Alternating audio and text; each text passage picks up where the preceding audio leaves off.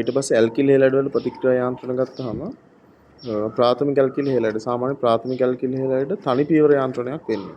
හරි? ඒ කියන්නේ මම මේකේ පොදු යාන්ත්‍රණය ලියන්නම්. දැන් අපි හිතමු මෙන්න මේ වගේ ප්‍රාථමික ඇල්කිලි හෙලයිඩ් එකක්. මේක ප්‍රාථමික එකක්නේ. Cl බැංච කාබන්ට බෙදලා තියෙන එක කාබන් එකයිනේ.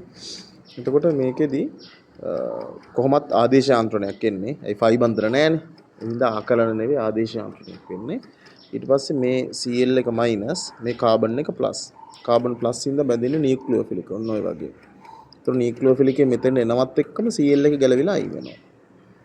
හරි? නැත්තම් එතරම් ඉස්සලාම Cl එක ගැලවිලා අයින් වෙනවා. අයින් වෙනවත් එක්කම නියුක්ලියෝෆිලික් එනවා.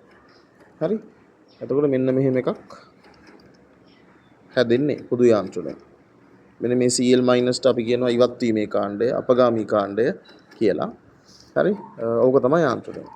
පොදු යාන්ත්‍රණය. ප්‍රාථමික ඇල්කිලි හෙලයිඩ් වල.